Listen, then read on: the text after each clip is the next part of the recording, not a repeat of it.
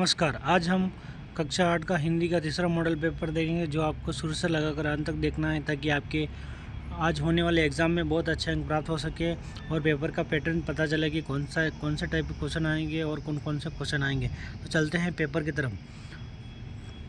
ये पेपर 2.5 घंटे का रहेगा और 80 नंबर का रहेगा। वस्तुनिष्ठ प्रश्न, यह सही विकल्प चुनकर कोष्टक में लिखना है। बदलू ने जमींदार को चूड़ियों का जोड़ा क्यों नहीं दिया? तो इसका सही आंसर हो जाएगा कम दाम पाने के कारण। पृथ्वी की आकर्षण शक्ति के बारे में किसने बताया? तो न्यूटन ने बताया था। नेक्स्ट क्वेश्चन, जहाँ पहिए है पाठ में आए न साक्षर शब्द का अर्थ है? तो इसका सही आंसर हो जाएगा नई साइकिल चलाना सीखना। थामने को बेटा है हाथ, एक किसे थामने के लिए कहा गया है? गिरती हुई पत्ती को। इसका सही आंसर हो जाएगा गिरती हुई पत्ती को। कबीर के अनुसार ईश्वर की भक्ति कैसे की जा सकती है? तो मन को एकाग्र कर। तो इसका सही आंसर हो जाएगा मन को एकाग्र कर। कृष्ण को भेंट करने के लिए सुदामा अपने साथ ले गए थे क्या? चावलों की पोटली ले गए थे। अधिकारी में उपसर्ग कौन सा है? अधि उपसर्ग है। नेक्स्ट क्वेश्चन, लता सोती है, यह वाक्य उदाहरण है, अकर्मक क्रिया का है।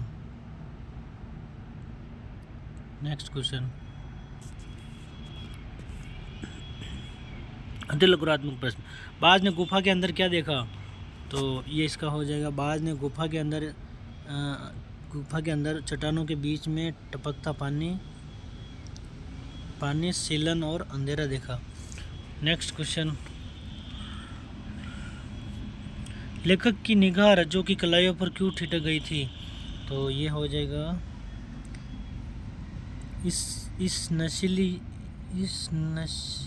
इस मशीनी युग में रज्जू ने अपनी गोरी कलाइयों पर लाख चूड़ियाँ पहन रखी थी। ठीक है, लाख चूड़ियाँ पहन रखी थी। नेक्स्ट है, पक्षी और बादलों के संदेश को पढ़ने में कौन सक्षम होते हैं? पक्षी और बादलों के संदेश पेड़ पौधों सरोवर पर्वत आदि को पढ़ने में सक्षम होते हैं। दीवानों की दृष्टि में भीखमंगे कौन है? दीवानों की दृष्टि में स्वार्थपूर्ण जीवन व्यतीत करने वाले भीखमंगे हैं। निम्नलिखित मुहावरों का अर्थ बताकर वाक्यों में प्रयोग कीजिए। हक्का बक्का होना अर्थ होता है हैरान होना। महिलाओं को स्वच्छंद से साइकिल चलाते देखकर पुरुष हक्के बक्के रह जाते थे। ठीक है, नेक्स्ट क्वेश्चन, उद्यम मचाना का अर्थ है शरारत करना। ठीक है, वाक्य में प्रयोग, गुरुजी के कक्ष से बाहर जाते ही छात्र उद्यम मचाते हैं या मचाने लगे। निंदा का विलोम शब्द प्रशंसा है। निम्नलिखित शब्दों के विलोम शब्द लिखिए।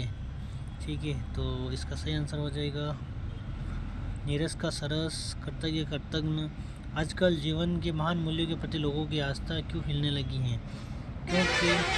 क्योंकि छली कपटी व्यक्ति ईमानदारी की परवाह न करके फल रहे हैं। ऐसे माहौल में जीवन के महान मूल्यों के प्रति लोगों की आस्था हिलने लगी है। नेक्स्ट क्वेश्चन, साइकिल चलाना किसका प्रतीक बन गया है? तो इसका हो जाएगा साइकिल चलाना महिलाओं को व्यक्तिगत आज़ादी का प्रतीक बन गया। इससे उन्हें पूर्ण स्वतंत्रता मिल गई है।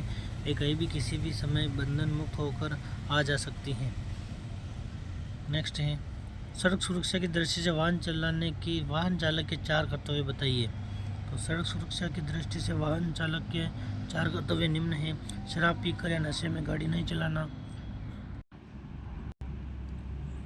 नहीं चलानी चाहिए और गाड़ी चलाते समय मोबाइल पर बातें नहीं करनी चाहिए। यातायात के चिन्हों का पूरा पालन करना चाहिए। वाहन की सीमा पर नियंत्रण रखना चाहिए। वाहन की सीमा की गति पर नियंत्रण रखना चाहिए। नेक्स्ट क्वेश्चन है, अस्वस्थता किस प्रकार देश के लिए नुकसान का कारण बनती है? अस्वस्थता निम्न प्रकार से देश के लिए नुकसान का कारण बनती है। यदि किसी देश का नागरिक स्वच्छता के अभाव में अस्वस्थ हो जाता है, उसके स्वास्थ्य लाभ के लिए सरकार को उस पर खर्च हो जाता है। तो अस्वस्थता के कारण अस्वस्थ हुआ व्यक्ति जब अपने कार्य को करने में सक्षम नहीं होता, तो इससे देश के विकास की हानि पहुँचती है। नेक्स्ट क्वेश्चन है, निम्नलिखित विशेषण शब्दों का प्रयोग करते हुए वाक्य में निर्माण करना है। ठीक है, तो इसका वीर का हो जाएगा, वीर पुरुष सम्मान पाता है। थोड़ी चाय में थोड़ी चीनी डालते हैं। 10 कल मुझसे मिलने 10 आदमी आए थे। काली साड़ी किसके पास है? निम्नलिखित पद्यांश को सप्रसंग व्याख्या कीजिए। मैया कभी बढ़ेगी चोटी, कितनी बार मोही दूध पियत भई। यह अजहू है छोटी, तू जो कहती बल की बेनी जो है लोम्बी मोटी। कड़त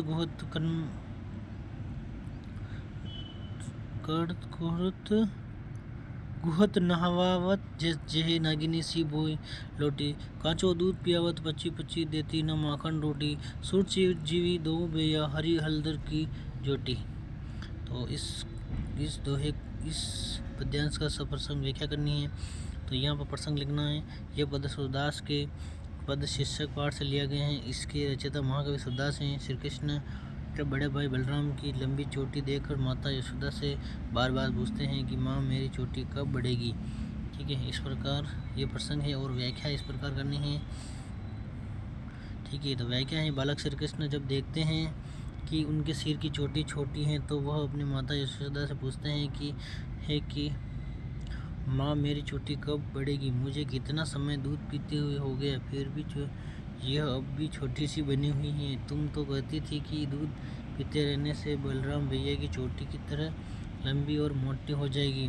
तुम यह भी कहती कि बार बार बाल बनाने, गूंथने से, नहलाने से, धुलने से यह इतनी बड़ी हो जाएगी कि सूखने पर नागिन की तरह ज़मीन पर लौट जाएगी। तुम बार बार मुझे कच्चा दूध पिलाती रहती हो और खाने के लिए माखन और रोटी भी नहीं देती हो। सूरदास कहते हैं कि कृष्ण की ऐसी बातों को सुनकर माता यशोदा आशीर्वाद देते हुए कहती है कि भगवान करे कि तुम दोनों भाई लंबे समय तक जियो। ठीक है, इस प्रकार इसकी सप्रसंग व्याख्या करनी है। 21वां क्वेश्चन, निम्नलिखित शब्दों का उनके सामने दिए शब्दों में से उचित अर्थ का चयन कर मिलान कीजिए। पेठी का मतलब होता है बैठकर। ठीक है, और सुधारस का होता है अमृत, और दुहेली का होता है कष्टकारी, प्रतीक्षा का होता है इंतजार, पंखों का होता है पंखों, और आलम का होता है माहौल। इस प्रकार मिलान करना है। दिए गए कोष्टक में से उचित शब्दों का चयन कर रिक्त स्थानों की पूर्ति कीजिए। थामने, गोरस, भीख मंगो, समझ, मधुरता, लट्टी, दूध, नहीं। तो पहला है क, हम की दुनिया में स्वच्छंद लुटा कर प्यार चले, भीख मंगो। तो यहाँ आपको भीख मंगो लिखना है। हम तो समझ नहीं पाते, झड़ती हुई पत्ती को थामने बैठा हाथ। मनुष्य को दूसरों से मधुरता से व्यवहार करना चाहिए। धोती फटी सी लट्टी दुपट्टी, 3 प्रति हानि होती गोरस की। इसी प्रकार 23वां क्वेश्चन है, निम्नलिखित गद्यांश को ध्यानपूर्वक पढ़कर दिए गए प्रश्नों का उत्तर दीजिए। मैंने जान लिया कि आकाश में कुछ नहीं है रखा, केवल ढेर सी रोशनी के सिवा वहाँ के कुछ भी नहीं। शरीर को संभालने के लिए कोई स्थान नहीं, कोई सहारा नहीं।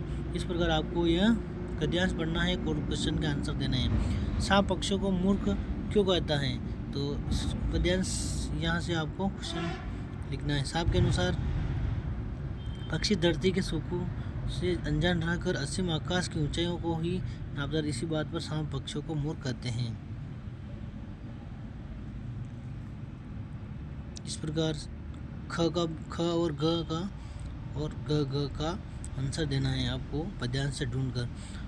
आपने 8वीं कक्षा उत्तीर्ण कर ली है तथा 9वीं कक्षा में प्रवेश लेना चाहते अपने विद्यालय के पत्राचार्य स्थानांतर प्रमाण पत्र हेतु प्रार्थना पत्र लिखना है। ठीक है, अथवा हम दे रखा विद्यालय में सवासियों को विषय पर पात्रों के चयन करते हुए संवाद लिखिए। शिक्षक सभी छात्र शांत होकर मेरी बातें ध्यान से सुनिए। छात्र जी श्रीमान। ठीक है, इस प्रकार आपको लिखना। और 25वां क्वेश्चन है, निम्नलिखित में से किसी एक विषय पर निबंध लिखना है। ठीक है, ये आपका 23वें का आंसर दे रखा है और ये आपका 24वां। सेवा में श्रीमान प्रधानाध्यापक महोदय, राजकीय माध्यमिक विद्यालय गुमानपुरा कोटा, विषय टीसी प्राप्त करना हेतु। तो आपको टीसी याद करनी है ताकि किसी भी टाइप की टीसी क्या